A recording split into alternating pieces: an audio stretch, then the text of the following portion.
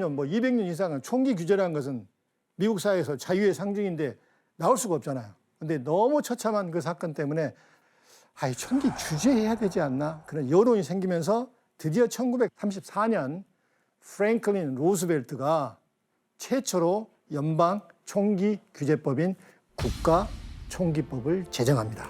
그걸 규현 씨가 한번 읽어봐 주실래요? 1934년 국가총기법 주요 내용. 총기 제조, 유통, 매매의 세금 부과. 특정 총신 길이에 해당되는 엽총과 소총, 그리고 기관총 등은 의무적으로 당국에 등록하라.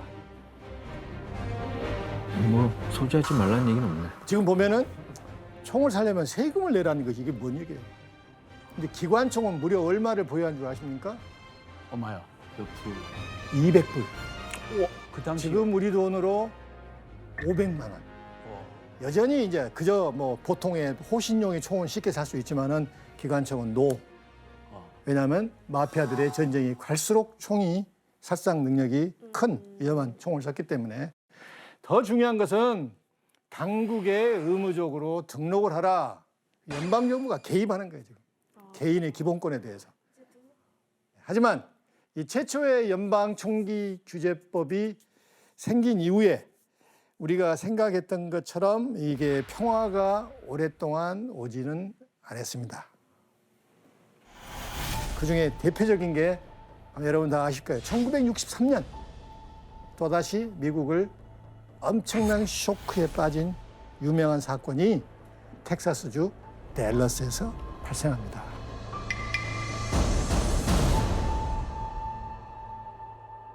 사람들이 굉장히 많았습니다.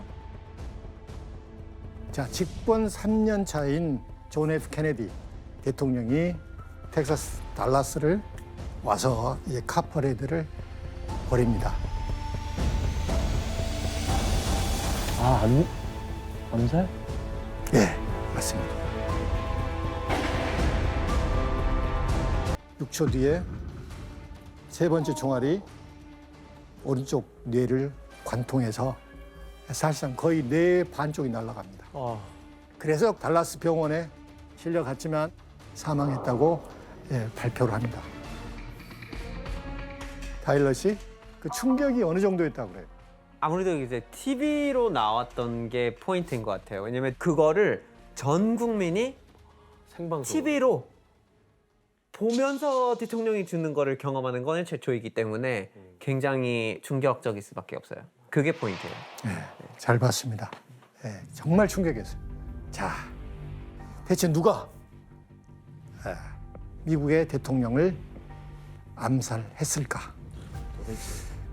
범인은 리 하비 오스왈드, 텍사스 교과서 보관소의 직원이었는데 거기에 6층에서 총을 쐈죠.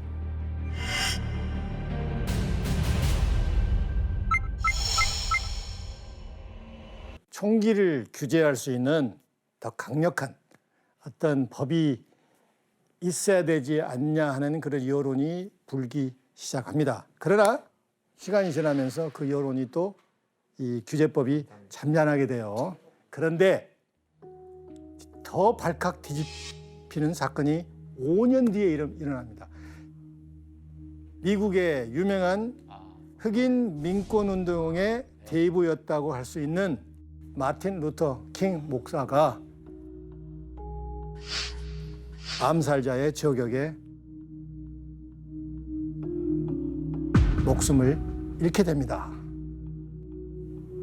갑자기 존경하고 사랑했던 대통령, 그리고 똑같이 흑인들의 또 민권운동의 우상이었던 킹 목사가 총기로 이게 저격당하면서 총기 규제 목소리가 어떻겠어요? 굉장히 목소리가 커집니다. 그 결과 나온 게 1968년 지금의 총기 규제의 바탕을 이루는 총기 규제법이 만들어지게 됩니다. 자, 그 내용을 규현 씨가 한번 읽어줄래요? 1968년 총기 규제법 주요 내용.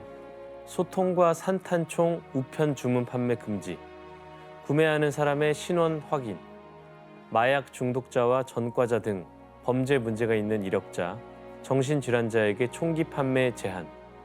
장총은 18세, 권총은 21세부터 구매 가능. 특히 이 마지막 부분이 굉장히 중요한 가장 실효성이 높았던 연방법입니다. 1968년 총기규제법이 지금의 모든 총기규제법의 어머니라고 생각하시면 됩니다. 이걸 중심으로 약간의 주마다 변동이 있고 이걸 가지고 연방법을 이제 만들게 되면서 굉장히 중요한 법안입니다. 기둥이네요.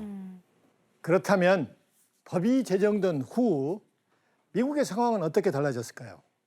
1979년 총기 사건으로 인한 사망자 수가 연간 3만에 달할 정도였는데 그러던 중 총기 사건의 그림자가 또다시 어떤 미국 대통령에게 드리워집니다.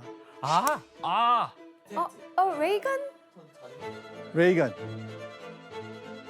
1980년 미국의 40대 대통령으로 로널드 레이건이 대통령에 당선되었는데 재임된 지 얼마 지나지 않아 미국을 충격으로 몰아넣었던 대통령 암살 시도 사건의 주인공이 됩니다.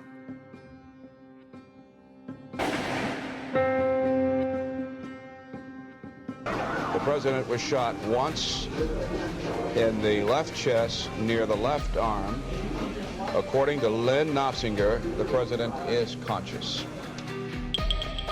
와, 생방송이네.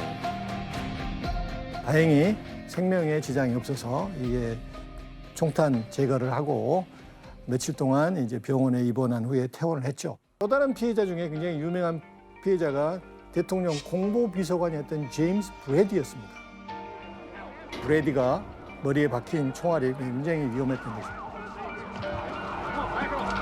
다행히 어마어마한 수술 끝에 이제 살아는 났지만 평생 휠체어를 타게 되었죠.